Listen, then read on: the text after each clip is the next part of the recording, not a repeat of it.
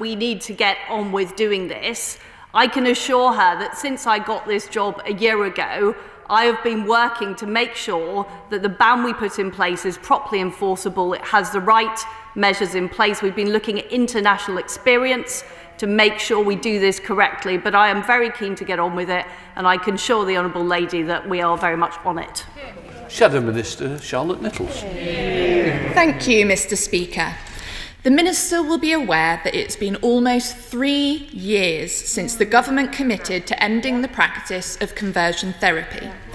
Will she therefore take the opportunity to apologise to all those who have been harmed by these abhorrent practices as a result of the government's inaction and commit today to bring forward a full legislative ban on practices to change or suppress a person's sexual orientation or gender identity, to give all LGBT people the protection that they deserve? Secretary. Well, I'm very clear that these practices are utterly abhorrent.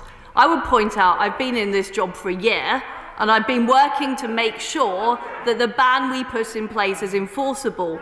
I've also dealt with a number of other long-standing issues, such as responding to the consultation on the Gender Reform Act and making the process simpler and kinder for transgender people, improving transgender healthcare, and changing the blood donation criteria for gay men donating blood. We're also working on an international LGBT conference titled Safe to Be Me to end discrimination across the world. But it's always important with legislation to make sure we get it right and it's properly enforceable. And we will be bringing plans forward shortly. Right. We now have a substantive question to Minister Ford. Minister. Mr. Speaker, we know that the pandemic has been hard on all families, especially those who've been juggling work and childcare. And this is one of the reasons why schools remained open to the children of key workers throughout this time, and why early years settings have remained open to all since last June. I meet regularly with colleagues across government to discuss support for families. Let's go to Patricia Gibson. Patricia. Thank you, Mr. Speaker. Universal Credit's young parent penalty denies single parents under 25 years old the same level of social security than those above this age, pushing those affected, 90% of whom are women and the majority of them in work, into poverty. What representations is the Minister making to her colleagues in the DWP to fix this arbitrary inequality and discriminatory practice in the social security system and abolish the young parent penalty?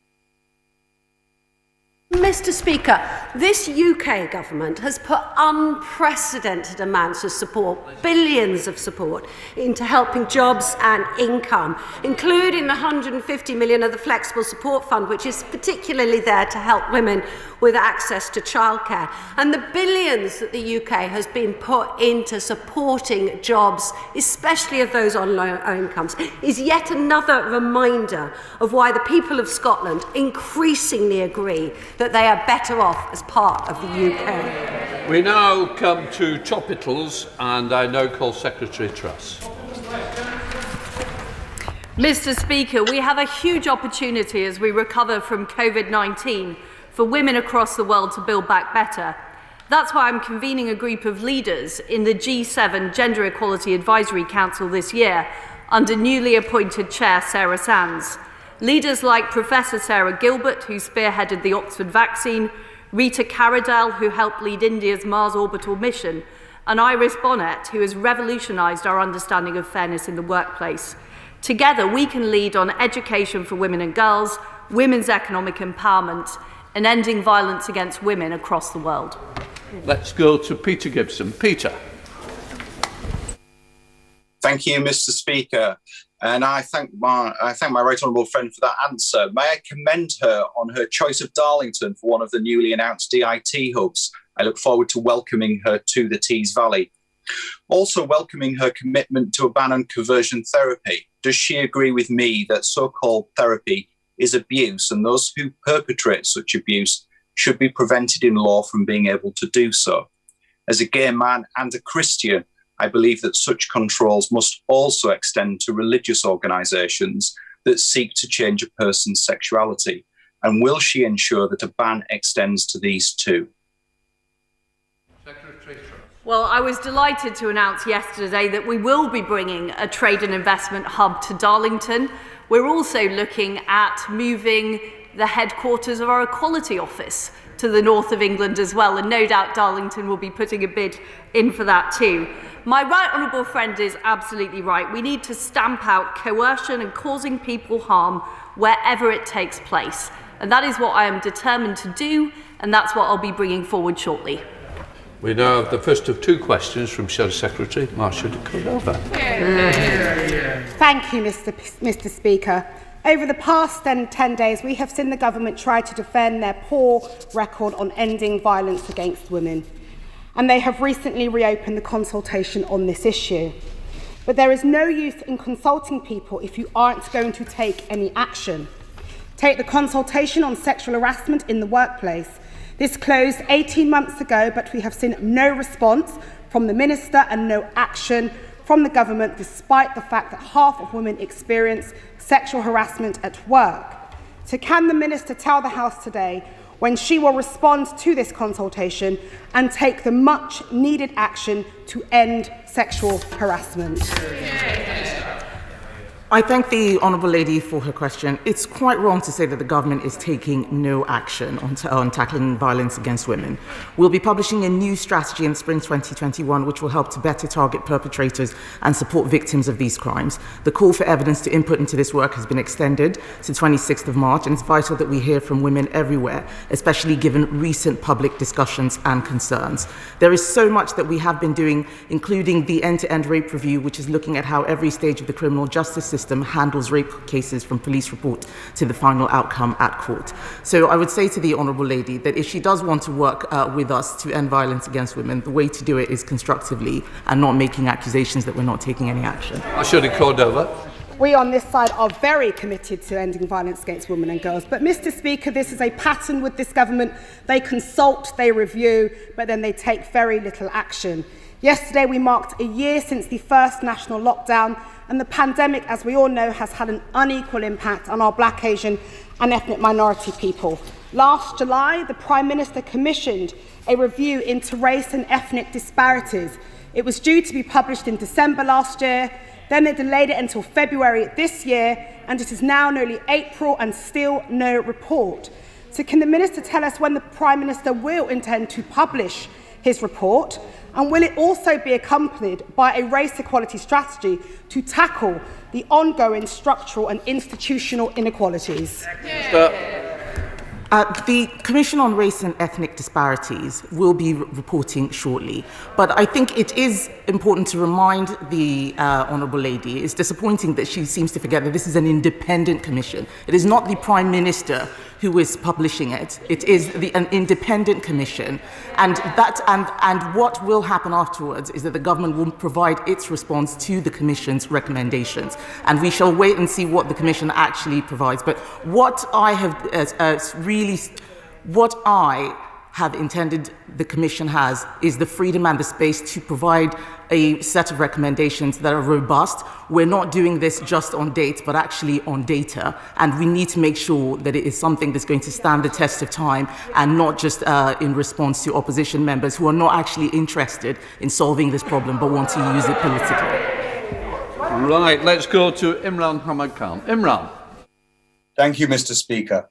One of the lesser talked about but more impactful and successful government-run programmes in recent times is the Period Product Scheme for schools and colleges in England, which provides access to free sanitary products for those in education, including approximately 5,000 girls between the ages of 10 and 19 in my Wakefield constituency.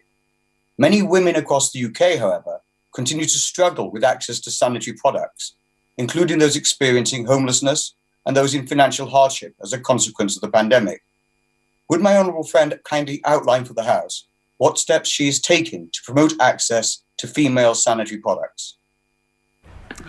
Mr. Speaker, the government has taken several important steps to ensure women are able to access the sanitary products they need. From 1st of January 2021, the tampon tax has been abolished, with a zero rate of VAT applying to women's sanitary products coming into effect. The Department for Education is leading a scheme to provide access to free period products in schools and colleges in England.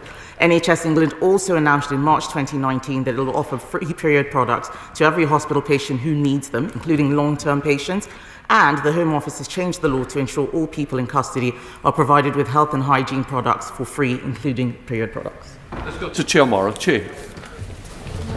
Mr. Speaker, in lockdown, we have all become so much more dependent on technology, and yet that technology is not designed to treat us equally.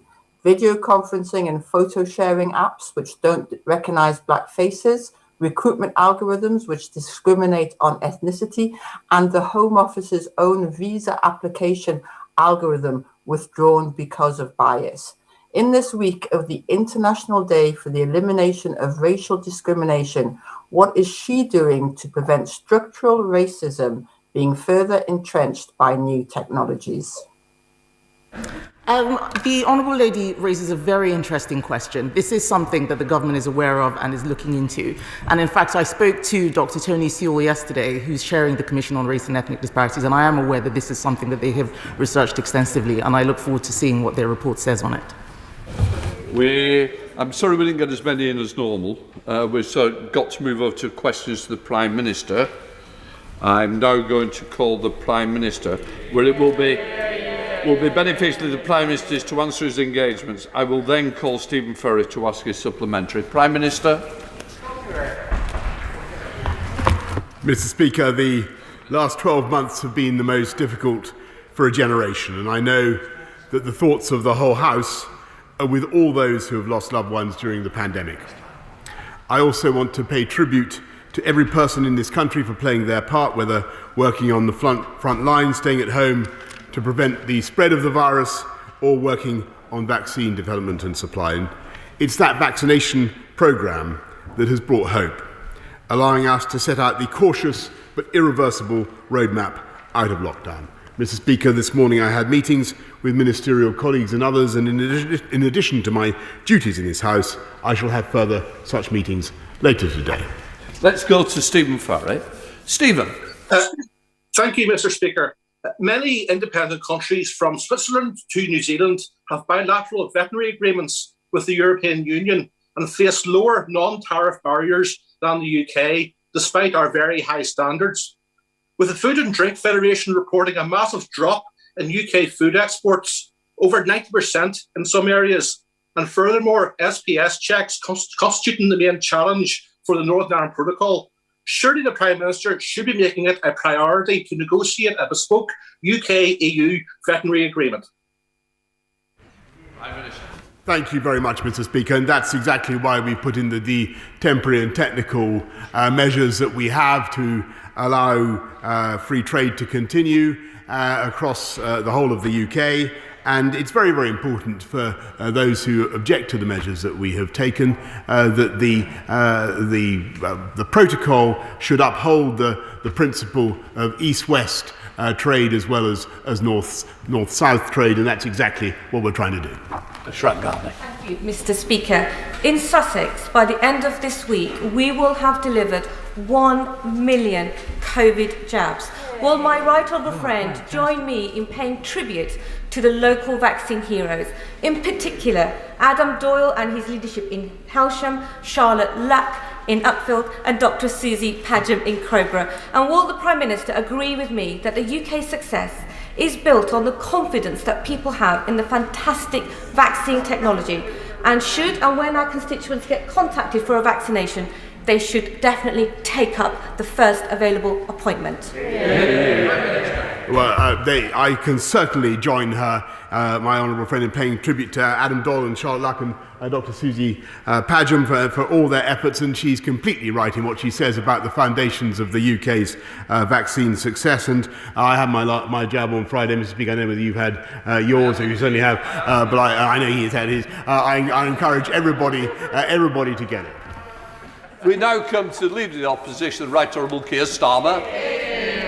Thank you, Mr. Speaker. Can I start with joining the Prime Minister in his remarks about yesterday's day of reflection for the 126,000 people who lost their lives to COVID? That's a shocking number, and behind every one of those numbers is a grieving family. as soon as restrictions lift, there must be a full public inquiry, because that is the only way we can get to the bottom of the many mistakes that were made during the pandemic and find justice for those who've suffered so much.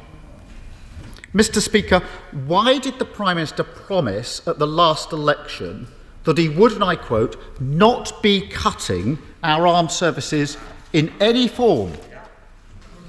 Mr. Speaker, that was because what we were going to do was actually increase spending on our armed services by the biggest amount since the Cold War, £24 billion, modernising our armed forces, keeping with no redundancies, Mr. Speaker, keeping our army at 100,000 if you include the reserves. And I must say, I take it slightly amiss from the right honourable gentleman when he stood on a manifesto to elect a man who wanted to pull this country out of NATO, Mr. Speaker.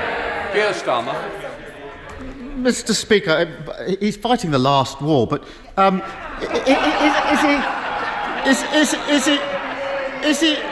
is he trying to pretend? Is he trying to pretend, hidden in that answer, that the army stands at over 100,000, the number the Prime Minister quoted there? Because it's absolutely clear from the Secretary of State for Defence's statement that I think he made here on Monday. He was absolutely clear. His words, "I have therefore taken the decision to reduce the size of the army to 72,500 by 2025. Only this Prime Minister could suggest that a reduction from 82,000 to 72,000 is somehow not a cut. But the Prime Minister didn't answer my question, which was why did he make that promise? He said, before the last election, Prime Minister, all very well looking up, we will not be cutting our armed services in any form. What did he do this week? He cut the British Army by 10,000, he cut the number of tanks, he cut the number of planes for our RAF, and he cut the number of ships for the Royal Navy. I say he, the Prime Minister didn't have the courage actually to come to the House himself to say what he was doing.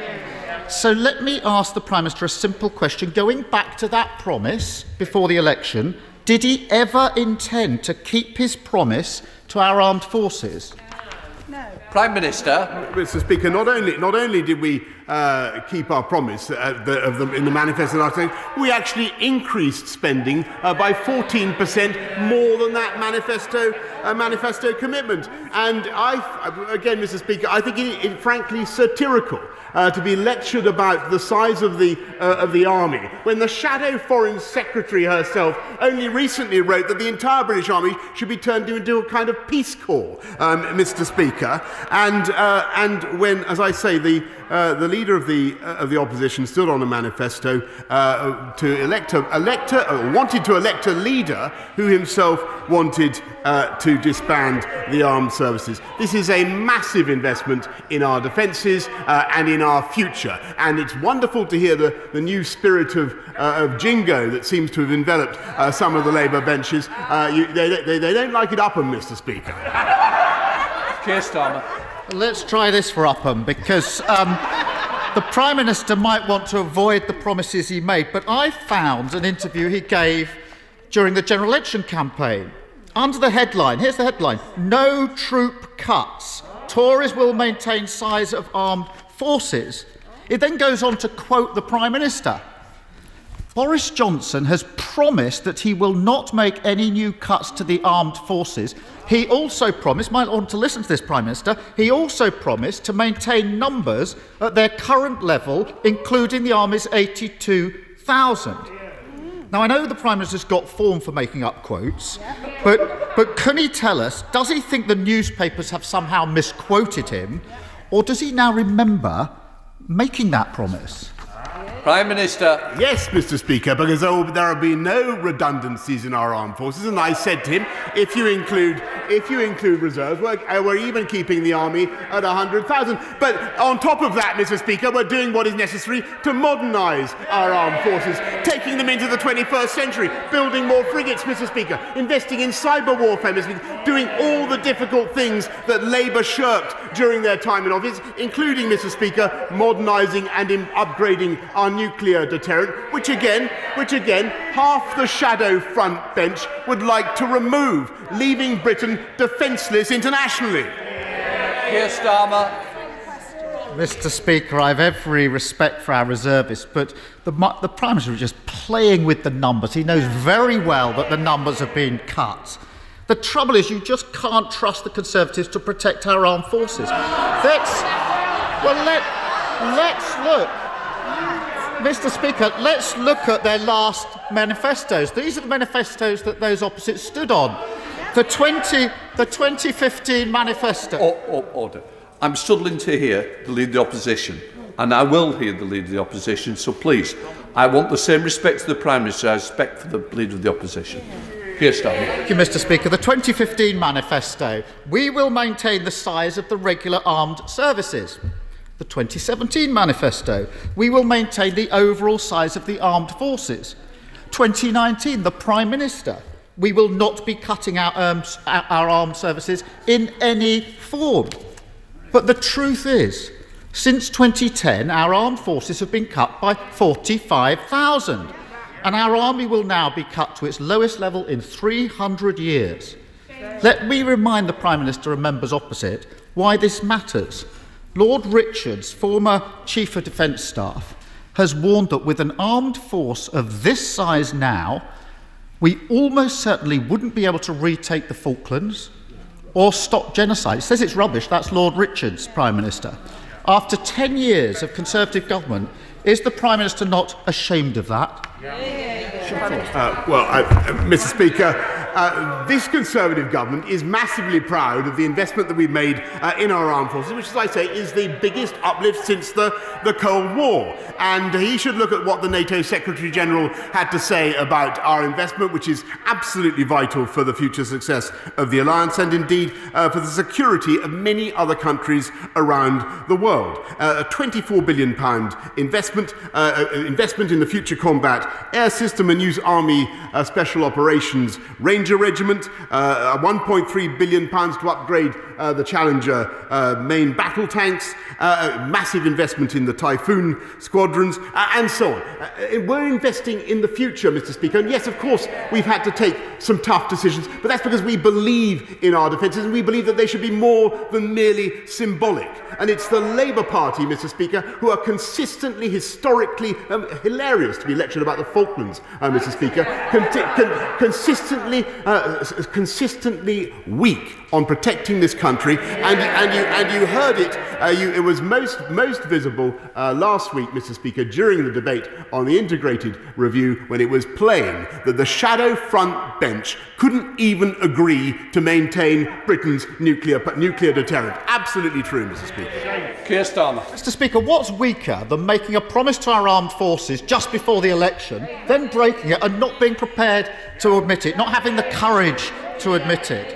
And there's a pattern here, Mr. Speaker. He promised the NHS that they would have, quote, whatever they need. Now nurses are getting a pay cut. He promised a tax guarantee. Now he's putting taxes up for families. He promised he wouldn't cut the armed forces. Now he's done just that. So if the Prime Minister is so proud of what he's doing, so determined to push ahead, why doesn't he at least have the courage to put this cut in the armed forces to a vote in this House?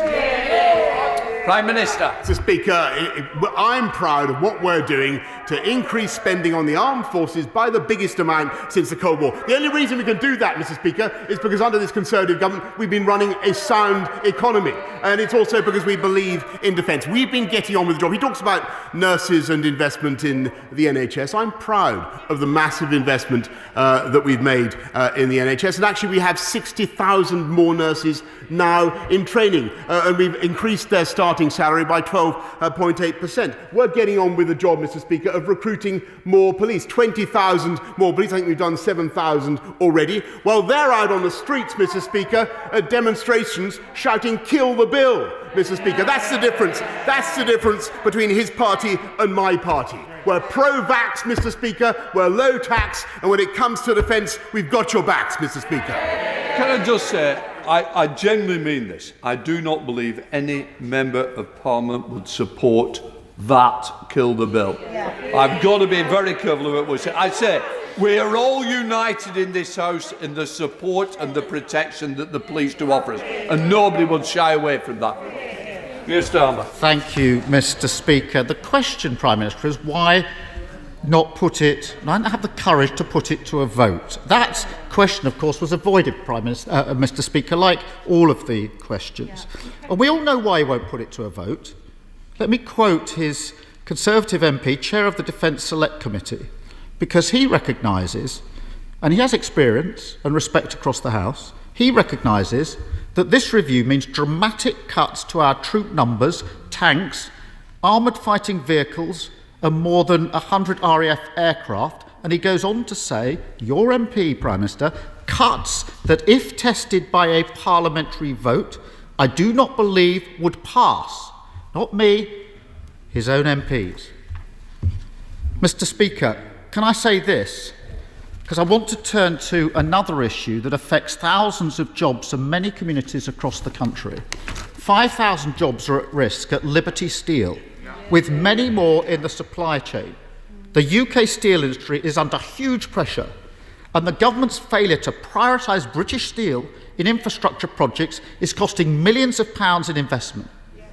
So will the Prime Minister now commit to working with us and the trade unions to change this absurd situation, to put British steel first, and do whatever is necessary to protect those jobs? Mr. Speaker, I'll just remind, I'm of course happy to cooperate in any way, but the steel output halved under the Labour government. I share very much the anxiety of families of steel workers who work in Liberty Steel, and that's why my honourable friend, the Business Secretary, has had, I think, 3 meetings just in the last few days with Liberty Steel to take the question forward, see what we can do. We are actively engaged.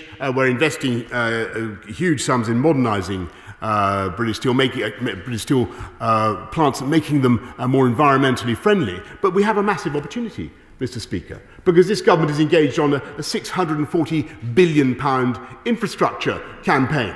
HS2, the great Dogger Bank wind farms, Hinkley, all the things that we're now building, the beaching railway reversals, all the things that we're doing across the country, they will call for millions and millions of tonnes of British steel. And now, Mr. Speaker, thanks to leaving the European Union, we have an opportunity to direct that procurement at British firms in the way that we would want to do. Whereas I know that the right honourable gentleman would like nothing more than to take this country back into the European Union and remove that opportunity for British steel and British steel workers. Miller.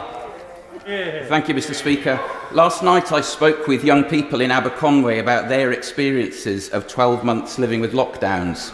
They were very articulate about the challenges they've overcome and about their concerns for their future, finding a job, moving to a new university. Does the Prime Minister have a message for Evie, Jonas, Saul and Lauren, who I spoke with, and other young people who are thinking about their future and a life after lockdown? Yes, my message is just to thank them and to say for what they put up with, and to say I'm sorry about how difficult it has been for their generation. I don't think there can be any group of young people who have been put through much or have had to sacrifice so much in our lifetimes, and we owe it to them to repair their education and to get them into work as fast as we possibly can. And that's why we've set out the £2 billion Kickstart Fund and many other schemes which I hope will be useful to his constituents. Let's go to the leader of the SNP, Ian Blackford. Ian. Thank you, Mr. Speaker. Yesterday, my brilliant colleague, the member for Airdrie and Shotts, made his final speech to this Parliament. He is standing for the Scottish Parliament and is doing the right thing by stepping down as an MP. By doing the right thing, he will avoid a dual mandate and a separate by-election that would cost the public £175,000. Mr. Speaker, the Scottish Tory leader is also seeking a place in the Scottish Parliament, but is refusing to step down as an MP. So, as his boss, will the Prime Minister order the member for Moray to resign his seat, avoid a dual mandate, and save the taxpayer £175,000? Or are dual mandates one more Tory policy where they think greed is good?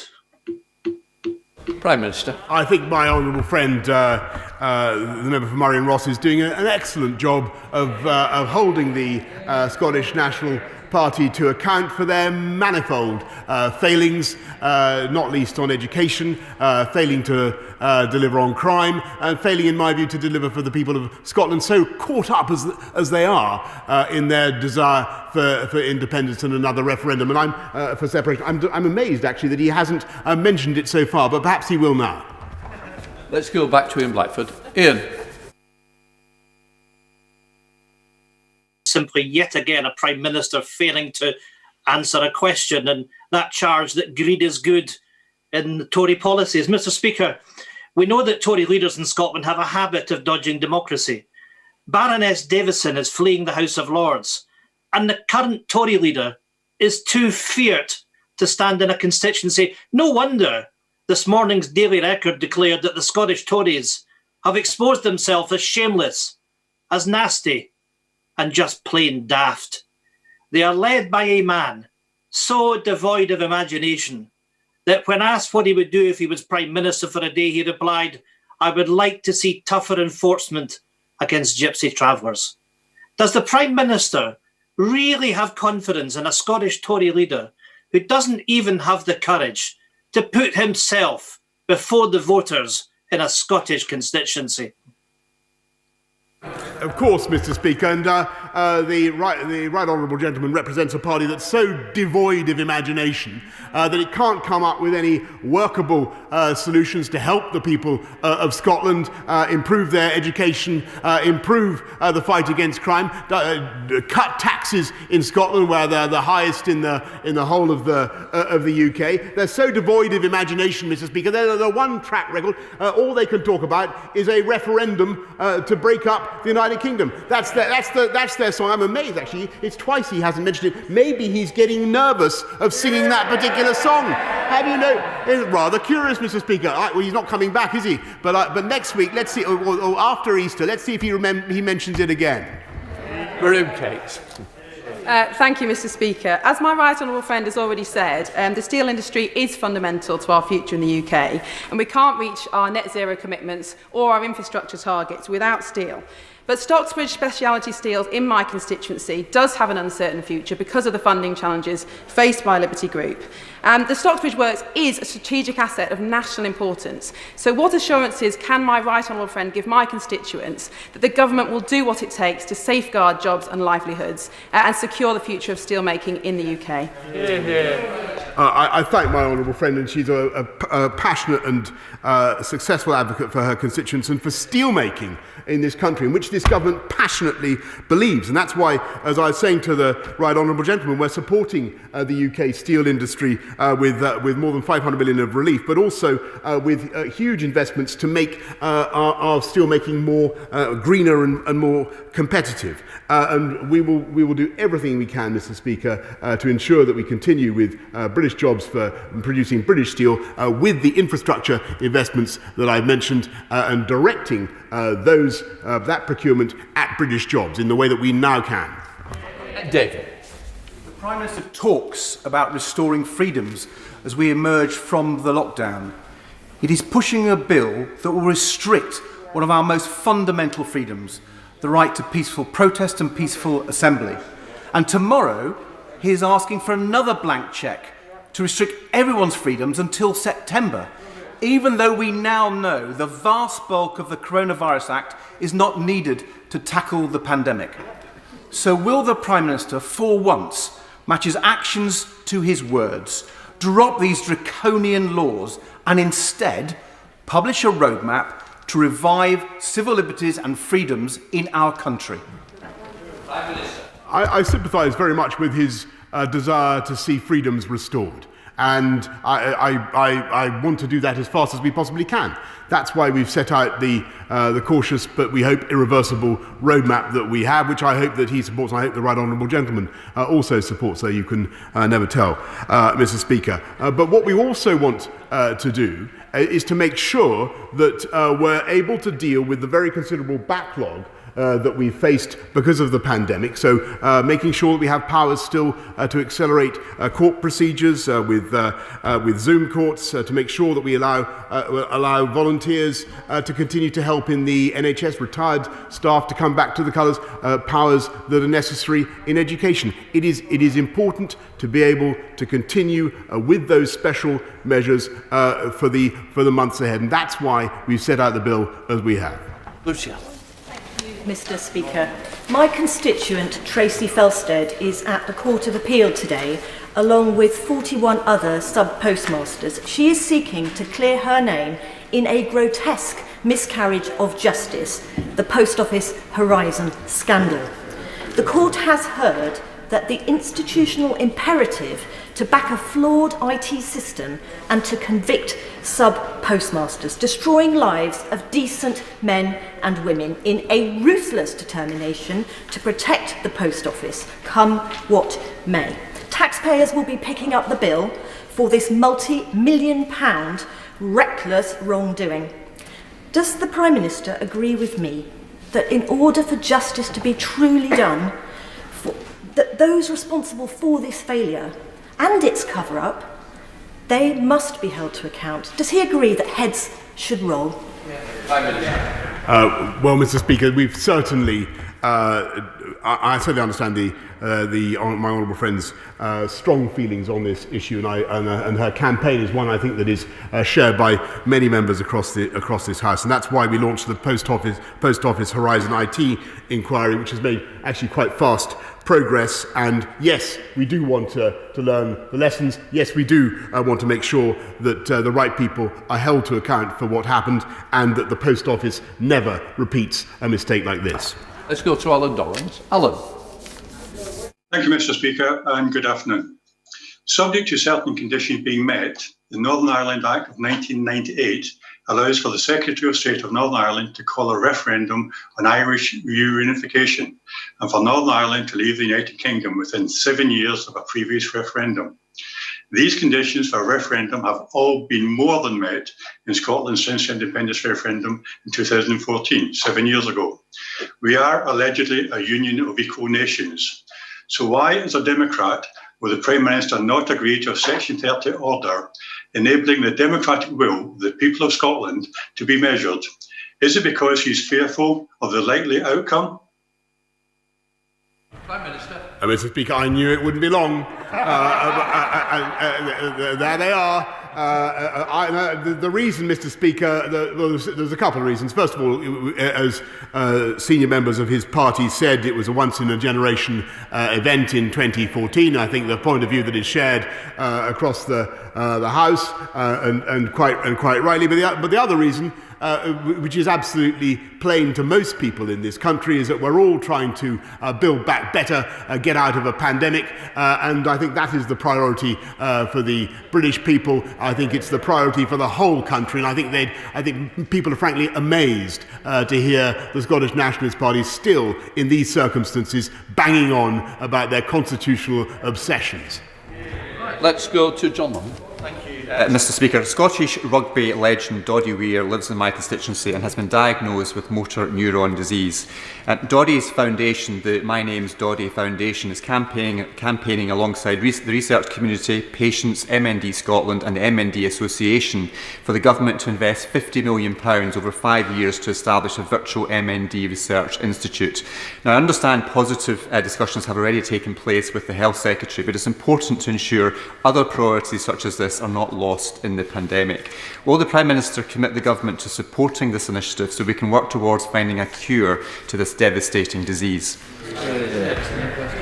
I thank my honourable friend very much for raising this important question and for championing research into motor neurone disease, and I thank him also for raising the excellent work of the My Name's Doddie Foundation. And we've spent £54 million in the last 5 years towards this cause, Mr. Speaker, and we're looking now at ways significantly to boost the research that we're supporting. Let's go to Afzal Khan. Afzal.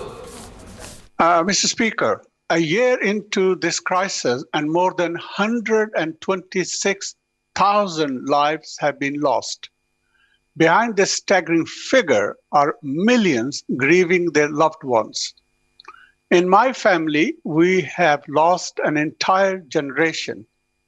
I couldn't hold my mom's hand as she lay dying, and I recently lost both my father and mother-in-law within just days of one another. Grieving families like mine want and deserve to understand what happened, and if anything could have been done to prevent this tragedy. So will the Prime Minister today commit to launching a full public inquiry into the handling of the pandemic as soon as current restrictions are lifted? Mr. Speaker, I want to say to the honourable gentleman that I know that the whole House shares my sympathies and my sorrow for your loss, for his loss. And we sympathise also with his entire family, Mr. Speaker. And I know that his experience is one, as he rightly says, that has been shared by far too many families up and down the country. And that is why we are, of course, committed, as soon as it's right to do so, as soon as it wouldn't be an irresponsible diversion of the energies of the key officials involved. We are, of course, committed to an inquiry, to learn the lessons, to make sure that something like this can never happen again. Can I just try and push us through to get through the list? Andrew Jones. Thank you, Mr. Speaker. On the 3rd of May, Wembley is scheduled to host the finals of the FA Vase and FA Trophy. Not from this season, but delayed a year from the last one. But that date means that no fans can go, even though a trip to Wembley to follow their team is like a holy grail, especially for the smaller clubs.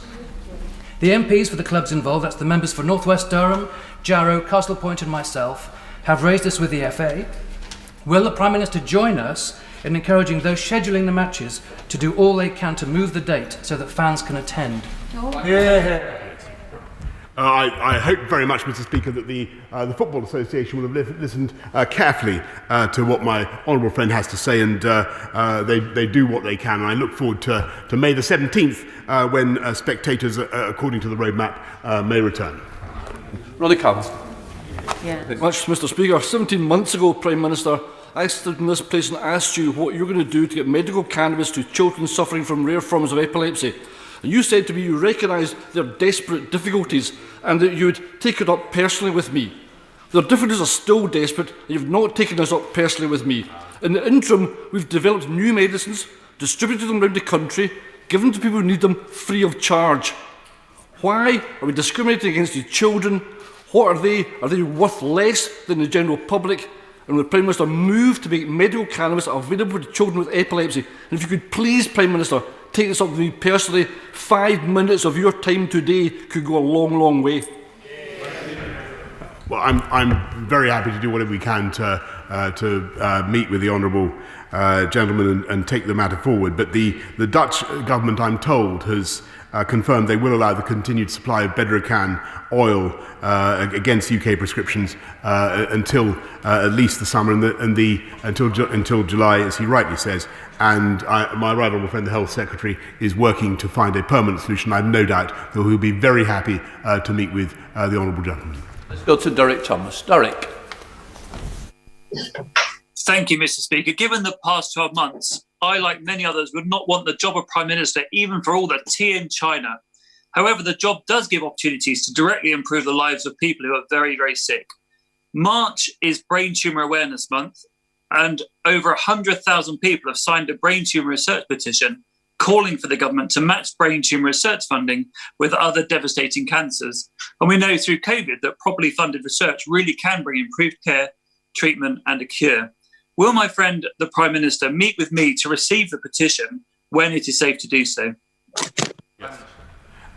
Yes, indeed, Mr. Speaker, and I thank him for what he's doing. I congratulate him for what he's doing to champion research into brain cancer, and I know from activists in my own constituency, where the Centre of Hope runs the Hillingdon Brain Tumour Injury Group, how vital it is, because too often people don't appreciate the number of people who are the victims of brain tumours, and we've put another 40 million into brain tumour research, and we are certainly going to put more, and I look forward to meeting my honourable friend. Let's go to Emma Llewellyn-Burke. Emma. Thank you very much, Mr. Speaker. My constituents, Ronald and Julia Sheriff's daughter, Danielle, currently lives in Gran Canaria. Last year, aged just 33, she suffered an aneurysm. Danielle remains deeply unwell, and her family are crowdfunding to bring her back home to live. They have been advised that when she does return home, she won't be eligible for the treatment that she needs on the NHS. Please, can the Prime Minister support the crowdfund for Danny and give his personal assurance that she will receive the care that she needs from our NHS? I thank her very much for raising the case, and my deepest sympathies with Danielle and her family, and will make sure that the relevant health minister meets her to discuss the case as fast as possible. Right, let's just go to Kelly Tolhurst. Kelly. Thank you, Mr. Speaker. 40 years on from my predecessor, Dame Peggy Fenner's opposition to the closure of Chatham Dockyard with the loss of thousands of jobs, I am now opposing the closure of what today is Chatham Docks, with the loss of over 1,000 skilled jobs. This regionally important asset, home to successful maritime and construction businesses, all growing in spite of COVID to make way for flats, short-term profit for the landowner at the expense of long-term economic and environmental benefit.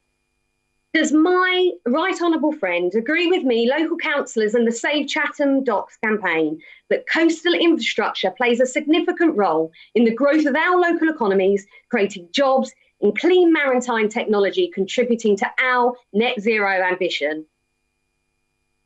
Yes, Mr. Speaker, one of the reasons why we put £24 billion into defence alone is that it drives 400,000 jobs around the country, including the building of new frigates and new ships of all kinds. And I hope very much that Chatham will benefit from the £100 million funding we put in the 24th of December to rejuvenate coastal towns. The matter she raises, the planning issue she raises, is a matter for the local council, but I do hope a solution can be found which gives the benefits that she describes for the local community. Let's go to Paul Blomfield. Paul. Thank you, Mr. Speaker. Last night I met again with leaseholders whose lives have been torn apart by the cladding and building safety scandal.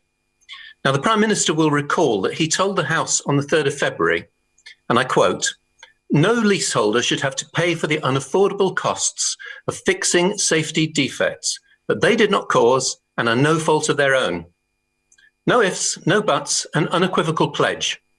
Now, the government's measures so far fall well short of fulfilling it. So could the Prime Minister say now, not what has been done, but what he will do to deliver his promise?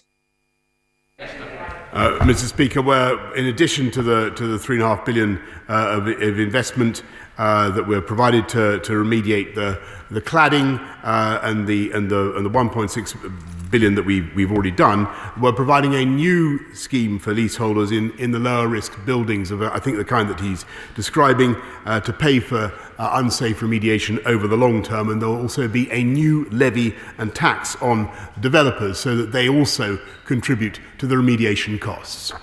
Sir Mike Penny.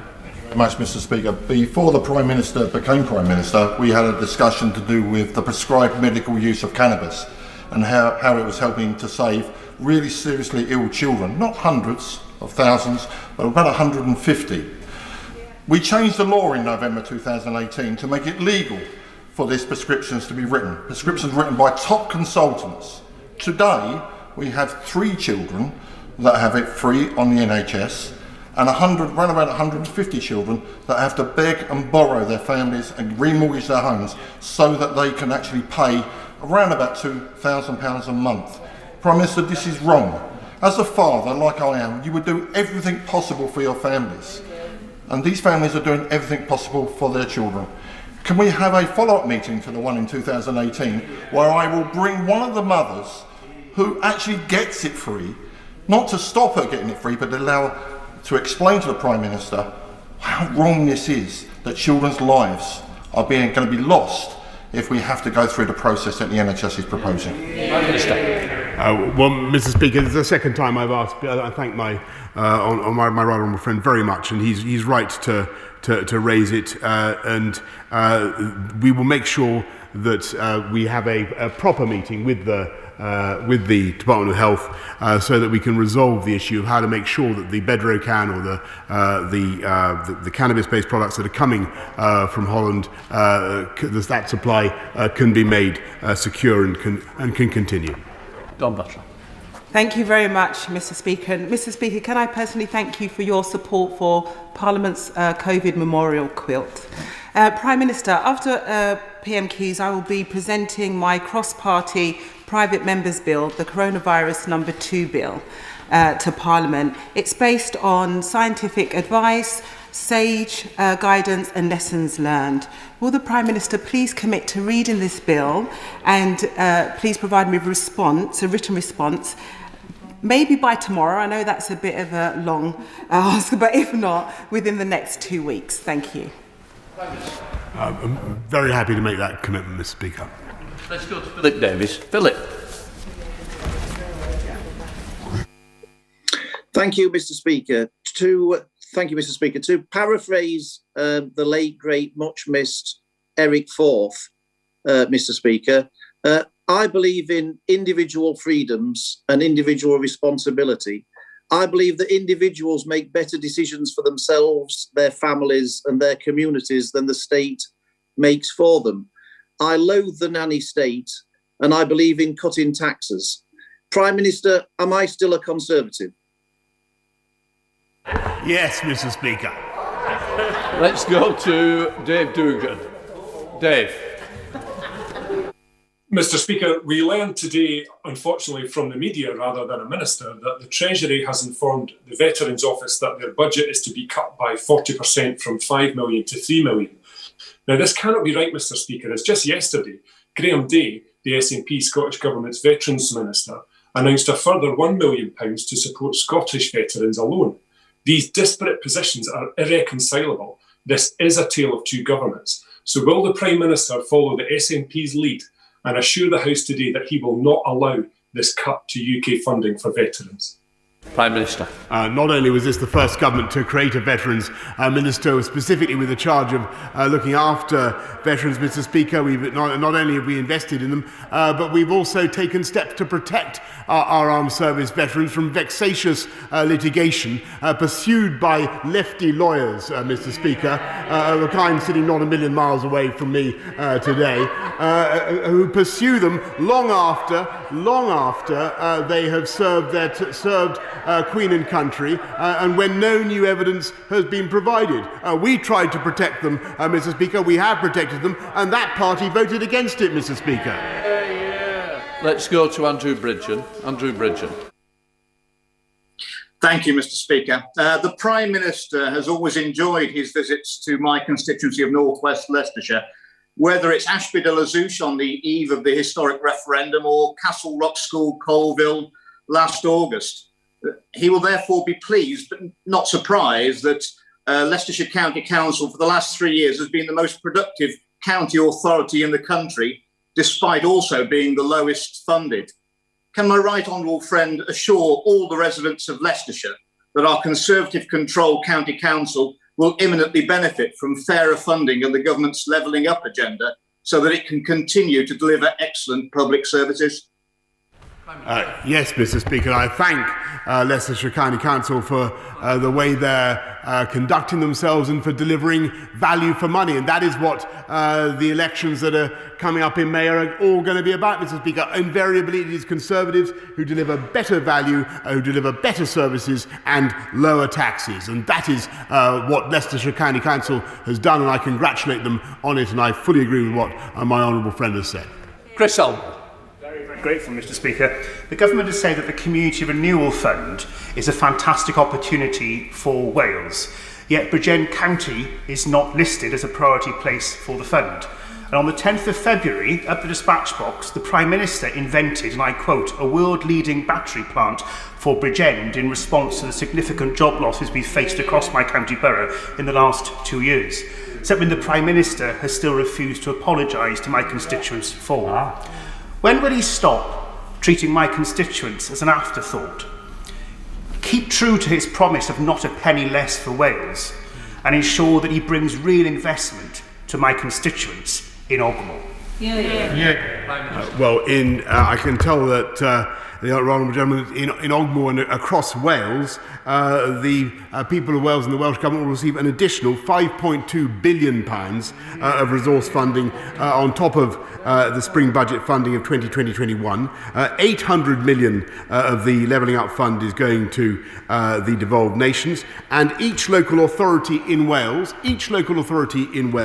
will receive £125,000 in capacity funding, and I look forward to working with him and with Welsh local government to deliver those improvements. That's the final question. I'm now suspending the House for 3 minutes to enable the necessary arrangements before we start the next business. Order.